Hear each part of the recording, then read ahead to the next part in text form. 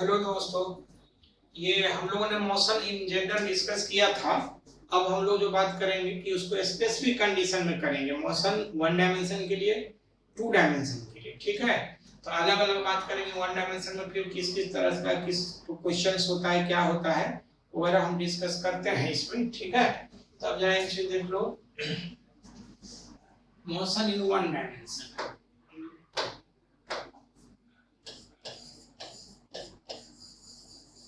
motion in one dimension।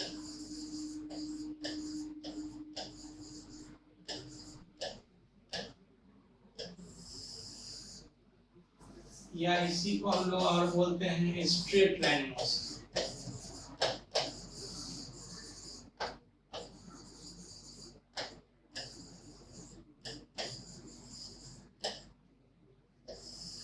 Straight line motion. ठीक है, अब मामला यह है इसमें कि सिंपल जो डिफिनीशन है, वो डिफिनीशन मतलब आप नॉर्मल वे में क्या डिफिनीशन लोग दिखाते हैं या देते हैं कि अगर मान लो कि जो एक लाइन में जो मूव करेगा वो स्ट्रेट लाइन मोशन होगा या वन डायमेंशन मोशन होगा। ठीक है, तो स्वाभाविक है कि डिफिनीशन वो बच्चा के लिए सही था। अभी जो है ना, अभी क्या है कि वन डायमेंशन मोशन हम तभी बोलेंगे, ठीक ना, जब वेलोसिटी और एक्सीलरेशन के बीच का एंगल डिफाइंड होगा। ठीक है, तो हम लिखते हैं क्या डिफिनीशन, थोड़ा नया डिफिनीशन लिख रहे हैं। देखो कि व्हेन डिफिनीशन लिखते हैं, when the angle between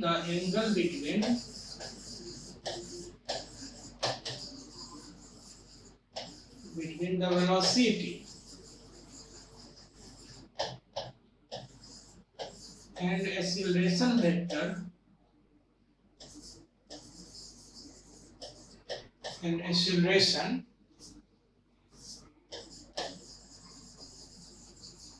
remains either 0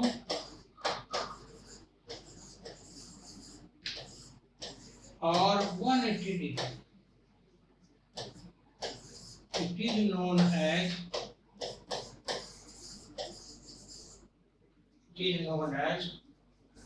the one-dimensional motion. One-dimensional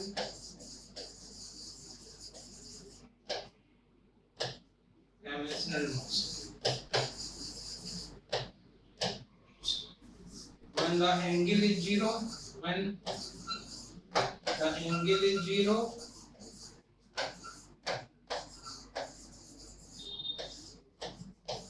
the body will have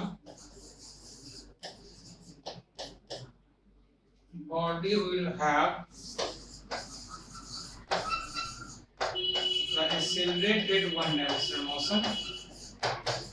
Accelerated one-dimensional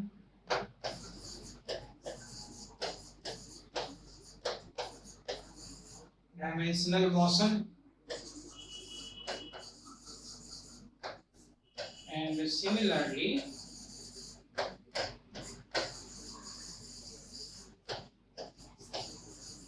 when the angle is 180 or pi radian, the motion is retarded.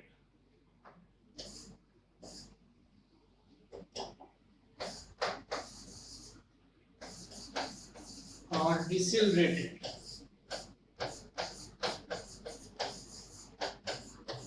Decelerated one dimension.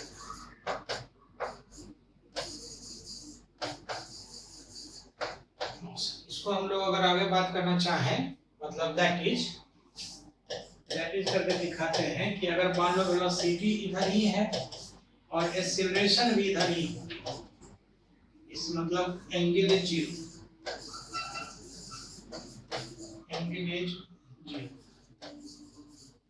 तो ये हो गया accelerated one. और इसी तरह से अगर हम लिखेंगे यहाँ पे कि वेलोसिटी इधर है एक्सीलरेशन इधर है और एंगल इज 180 डिग्री, तो इसको बोलते हैं डिसेलरेटेड one dimension.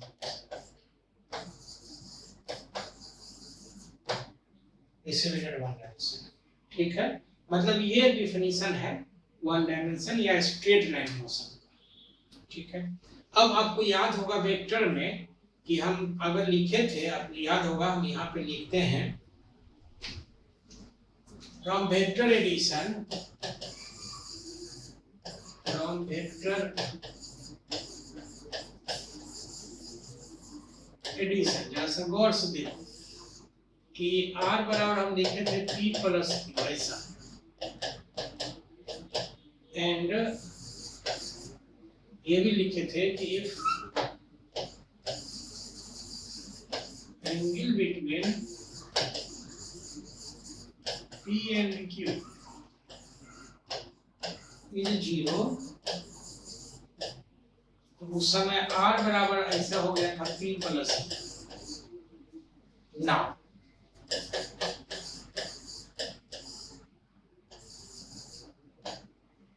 the kinematical equations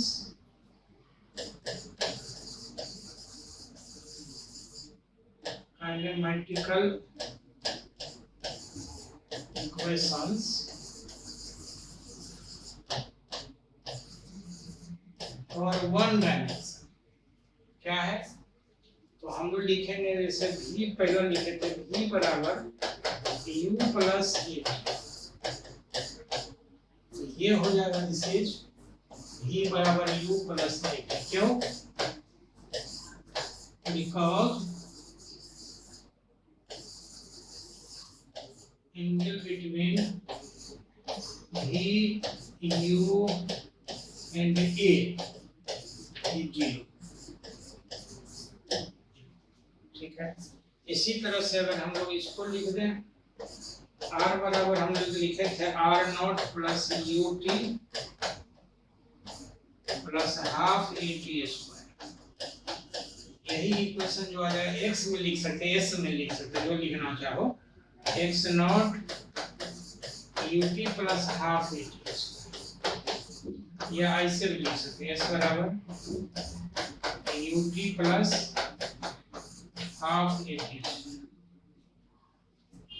इसी तरह से जो तीसरा इक्वेशन था v डॉट v बराबर u dot u 2a dot r, ये जो इक्वेशन आ जाएगा v स्क्वायर बराबर u स्क्वायर प्लस 2ax या u स्क्वायर प्लस 2ax, जैसा भी आप लिखना चाहो उस हिसाब से लिखेंगे। मतलब ये तो हम लोग डिफिनीशन के हिसाब से, मतलब ये वेक्टर नहीं है किसी पे साइन पे, तो ये वन डायमेंशनल रहेगा। जैसा कि पैरेललोग्राम रूल से, ये पैरेललोग्राम रूल से वेक्टर एडिशन हम इसमें लिख देते हैं पैरेललोग्राम,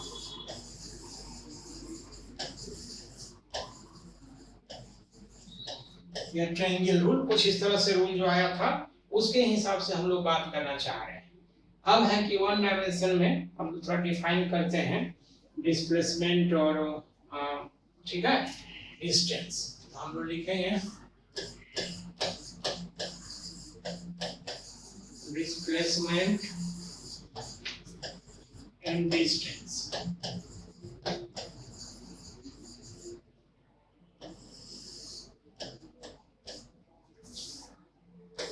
डिस्प्लेसमेंट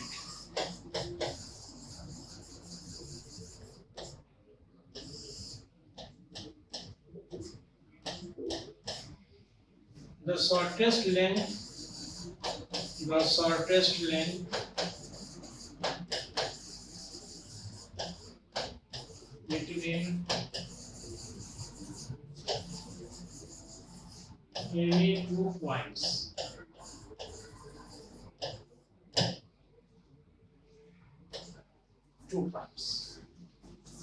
कहने की जरूरत नहीं है, वेक्टर क्वांटिटी है, vector quantity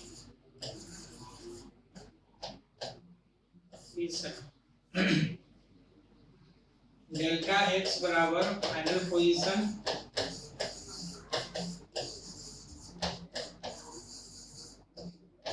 minus initial position.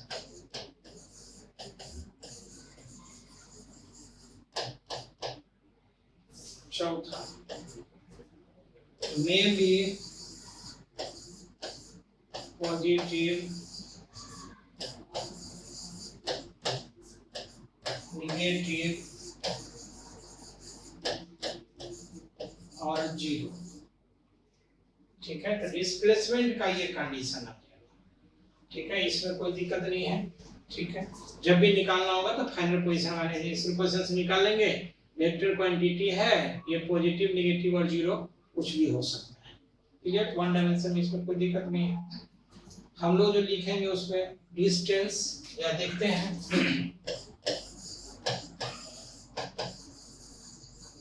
Distance. ठीक है, the actual length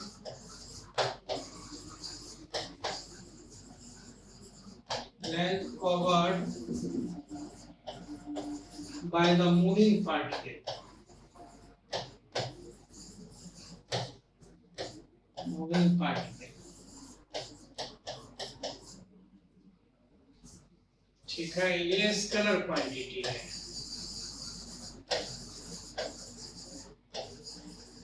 scalar quantity can never be negative,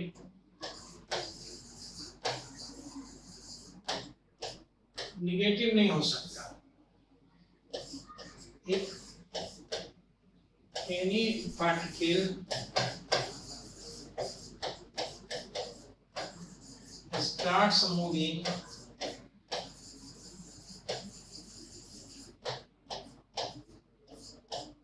it can never be zero। अगर चलना शुरू कर दिया तो जीरो भी नहीं होगा। It remains always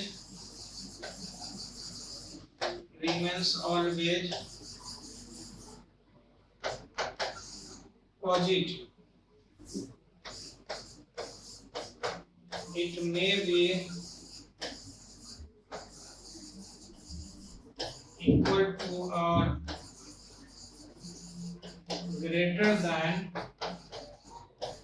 the displacement।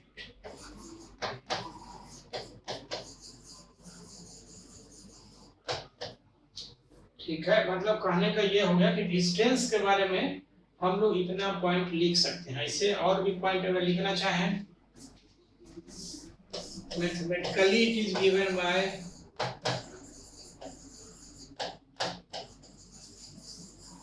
Mathematically it is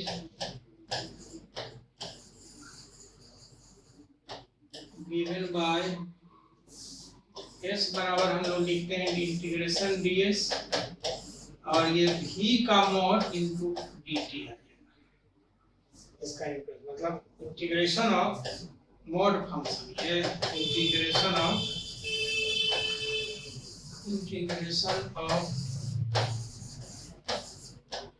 mod function ये आ जाएगा। ठीक है, अब ये क्या चीज है, ये जो हम एक सवाल करेंगे तो ये हम बताएंगे। ठीक है, इसका दूसरा मेथड भी है, एनालिसिस से हम लोग निकाल सकते हैं। जैसे मान लो सिंपल हम ऐसे सिचुएशन बोल सकते हैं कि कोई पार्टिकल को 10 मीटर ऊपर फेंक दिए तो और फिर वापस आ गया तो डिस्प्लेसमेंट जीरो, लेकिन डिस्टेंस 20 हो गया, 10 उधर से और वो जो आया डिस्प्लेसमेंट का भी वो भी ऐड होकर के उसमें 20 हो गया। तो उसको अगर हम इस तरह से निकालेंगे तो ऐसा रिजल्ट आएगा, इसमें कोई दो मत नहीं है। लेकिन ये थोड़ा मैथमेटिकल है, तो मैथमेटिकल थोड़ा सा अगर आइडिया आपको आ जाएगा तो बड़ा आसान से ये आसानी से निकल जाता है। अदरवाइज अगर एनालिसिस से निकालोगे, हम क्वेश्चन करेंगे, दिखाएंगे कि डिस्टेंस डिस्प्लेसमेंट में क्या फर्क है, तो उसमें क्या है ना कि थोड़ा एनालिसिस से थोड़ा टाइम लगेगा, बस फर्क इतना ही होता है। ऐसे निकालोगे तो डायरेक्ट आ जाएगा। तो खैर मॉड फंक्शन का इंटीग्रेशन हम बताएंगे ही, इसी में बताएंगे, उधर तो नहीं बताए हैं क्योंकि उसकी जरूरत नहीं थी वहां पे। फिर एप्लीकेशन नहीं होता तो मजा नहीं आता। मैथमेटिक्स तभी मजेदार होता है ना जब पढ़े और उसका एप्लीकेशन हम लोग पढ़े। ठीक है, चलो हम लोग देखते हैं velocity and speed. Velocity and speed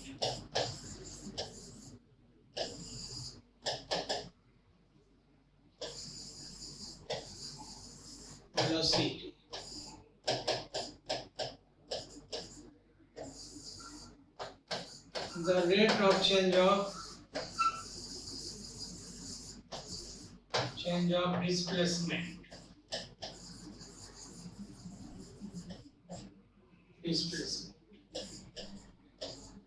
that is v बराबर हम लिखते हैं dx by dt लिख सकते हैं, ठीक है। Vector quantity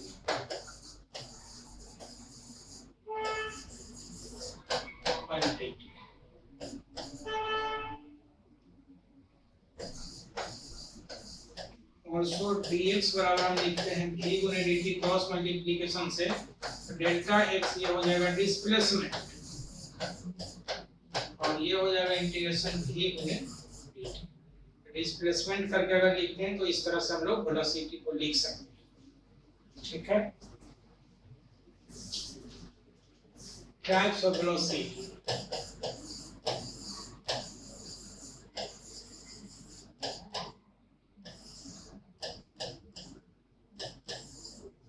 instantaneous velocity,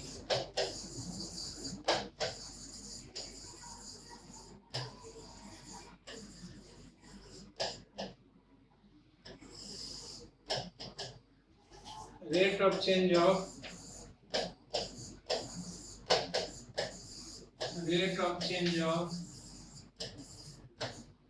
displacement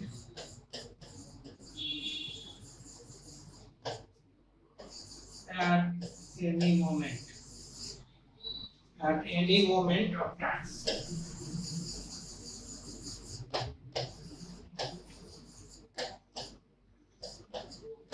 v instantaneous लिखेंगे तो ये हो जाएगा dx by dt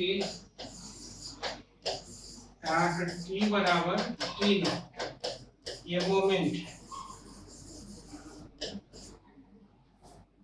ठीक है। दूसरा लिखेंगे average velocity,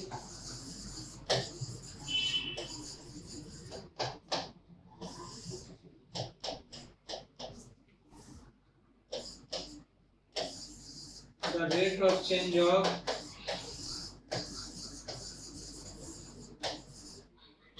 displacement during certain interval of time।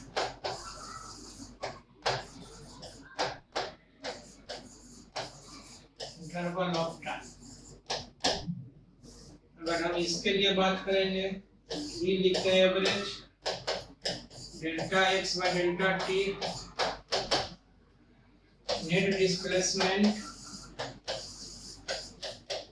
by total time।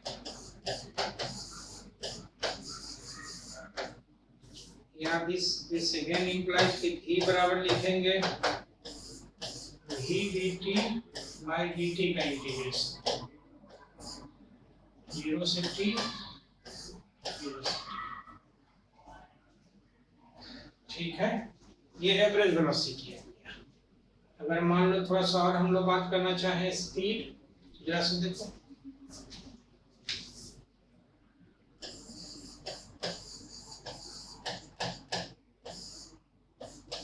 the rate of change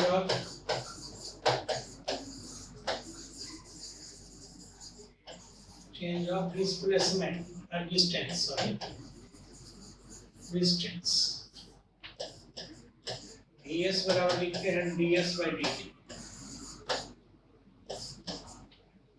scalar quantity है,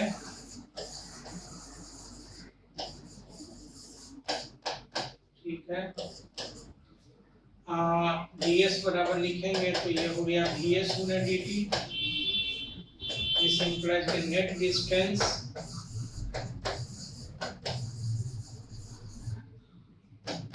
s बराबर हो जाए इंटीग्रेशन ds vs गुना dt,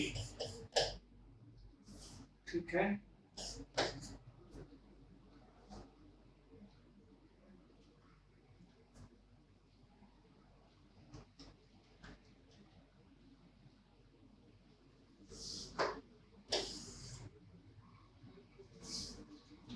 चीज और चाहो तो यहाँ पे लिख सकते हो क्या, तो चूंकि डेल्टा एस जो था greater than equal to delta R and delta X, and ये डिस्टेंस डिस्प्लेसमेंट, इसका मतलब ये हो गया कि delta X by delta T less than equal to delta S by delta T, इसका velocity less than equal to speed, ऐसे लिख सकते हैं। मैं इसको उलट दिया वहां पे, कोई बहुत बड़ी बात नहीं है, उलट के लिख दिया, ठीक है।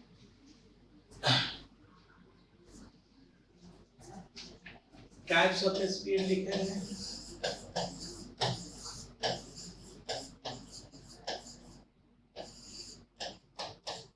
तो हो गया instantaneous speed,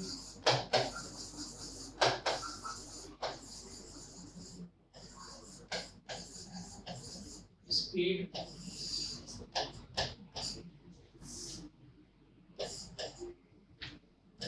the rate of change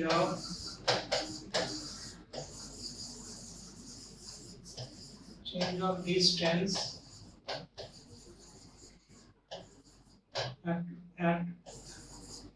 at a moment of time, दूसरा कि vs इंस्टेंटेनियस अगर लिखेंगे तो ds by dt, ठीक है।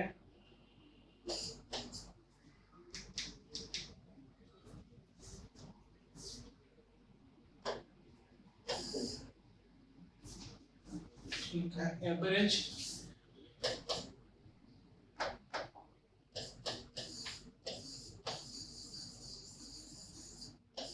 speed,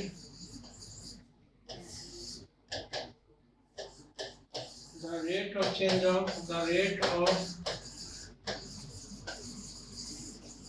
change of distance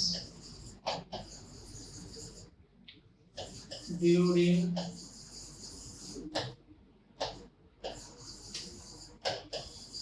certain interval of time,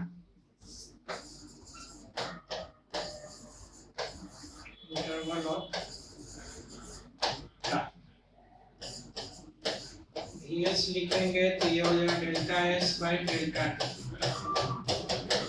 distance covered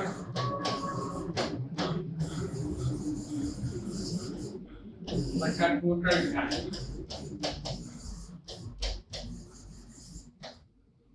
distance covered by total time, ठीक है। अगर इसके लिए लिखते हैं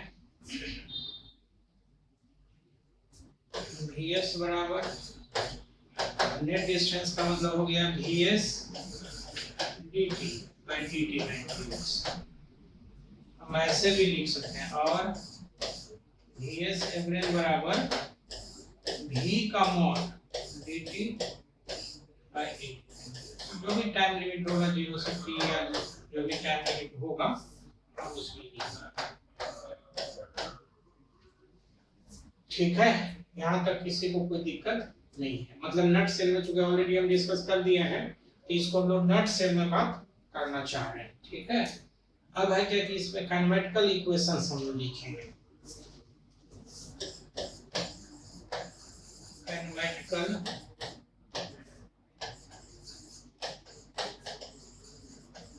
equations. Case first, when acceleration is constant,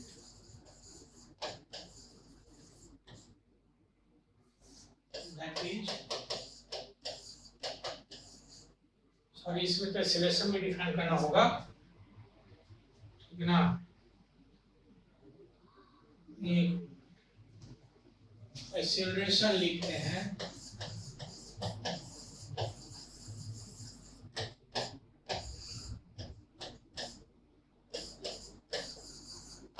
rate of change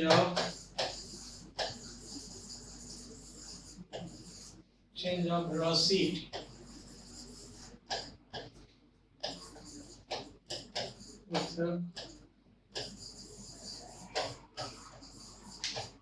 respect to time। ये बराबर लिखते हैं delta v by delta t, when delta t tends to 0, तो ये बराबर आ जाएगा v वेक्टर क्वांटिटी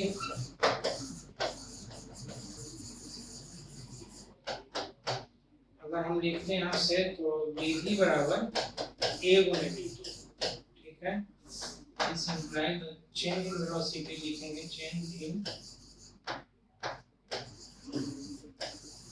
वेलोसिटी कभी निकालना पड़ जाए डेल्टा v, ये हो जाए इंटीग्रेशन a गुणे dt। वेलोसिटी या जो भी टाइम लिमिट दिया रहेगा उस हिसाब से हम लोग इसमें बात करेंगे। Types of acceleration,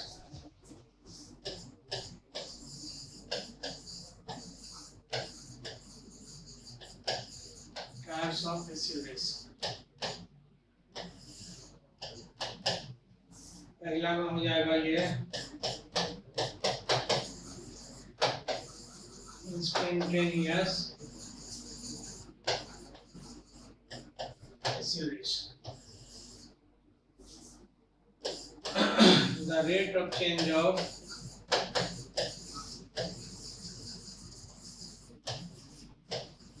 the velocity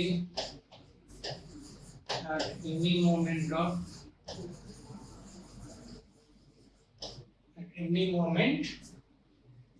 of time।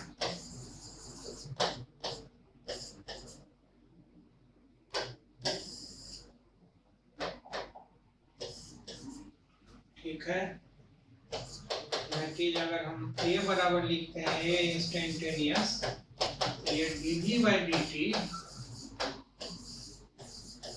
t बराबर t, ये मोमेंट है। तो ये मोमेंट में हम अगर बात करते हैं, ठीक है, एवरेज एक्सेलरेशन,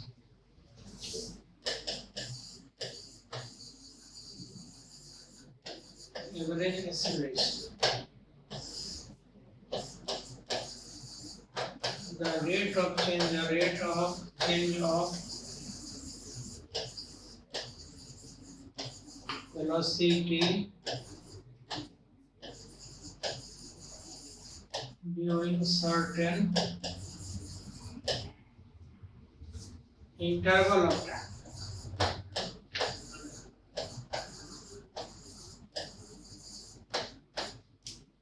ये जब लिखते हैं एवरेज एक्सेलरेशन को लिखेंगे delta v by delta t, यानी v2 minus v1 by t2 minus t1, हम ऐसे लिख सकते हैं। और ये भी लिख सकते हैं कि एवरेज एक्सेलरेशन जो होगा ये a dt by change in velocity by dt का इंटीग्रेशन टोटल टाइम ऐसे वेलोसिटी, ऐसे लिख सकते हैं। ये पूरा का पूरा जो है सो डिफिनीशन हो, ठीक है। अब जो है सो अगर हम लोग बात करेंगे तो काइनेमेटिकल इक्वेशंस की बात अगर हम करते हैं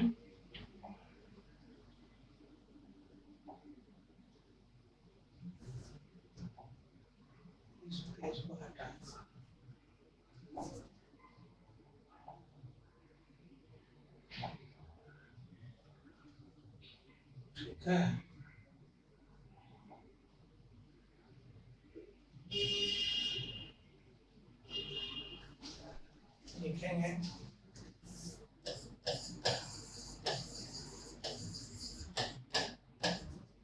काइनेमेटिकल इक्वेशंस,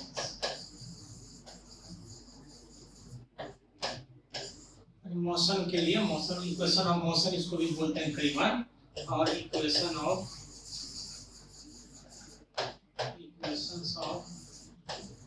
मोशन। हम लिखते हैं केस फर्स्ट, व्हेन एक्सेलरेशन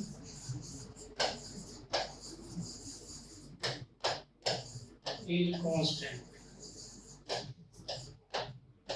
ए बराबर हो जाएगा कांस्टेंट। इसको बनाने का फिर वही दो नियम हम लिख सकते हैं। एक तो a बराबर लिखेंगे v minus u by t, इसका v बराबर हो जाएगा u प्लस, ठीक है। दूसरा लिखेंगे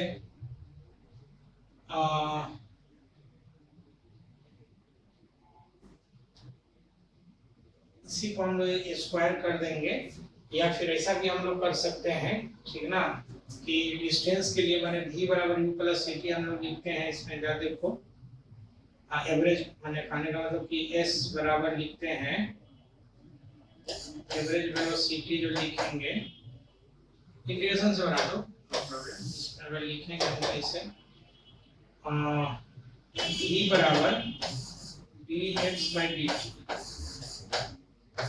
इसका dx बराबर हो जाएगा v dt, इसका है u plus at v by dx, 0 से x 0 से, या ऐसा भी कर सकते हैं x नॉट से t नॉट लिख देते हैं।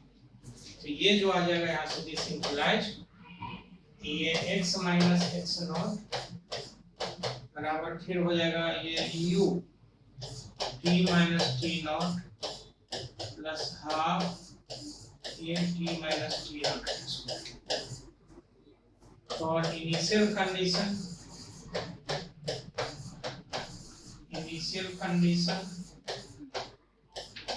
t नॉट बराबर 0 x नॉट बराबर 0, इसका मतलब हो जाएगा x बराबर हो जाएगा ut plus half at square, ऐसा आ जाएगा। एक इक्वेशन तो यहाँ से मिल गया, ठीक है। तीसरा इक्वेशन अगर लिखते हैं, we have v बराबर u plus at square both these sides,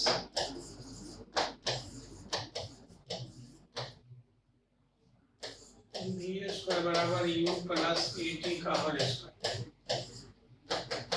u square plus 2u at plus a square t square, u square plus 2 a बाहर कर ले तो ut plus half at square,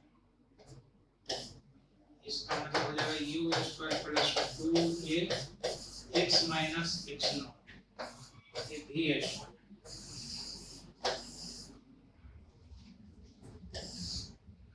when x not बराबर 0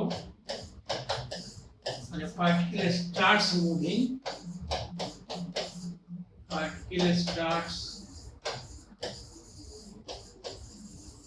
moving from origin,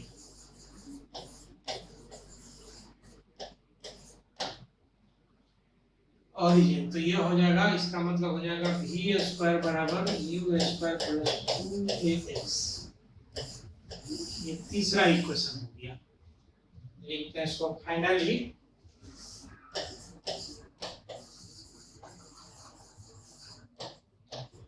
the equation of motion with constant acceleration.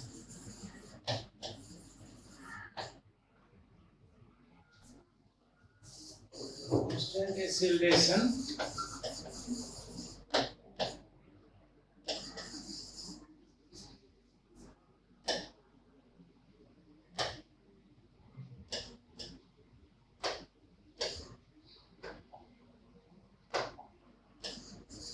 can be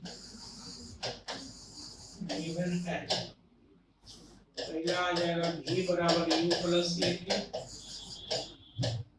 दूसरा आ जाएगा x बराबर x not plus UT plus half A T square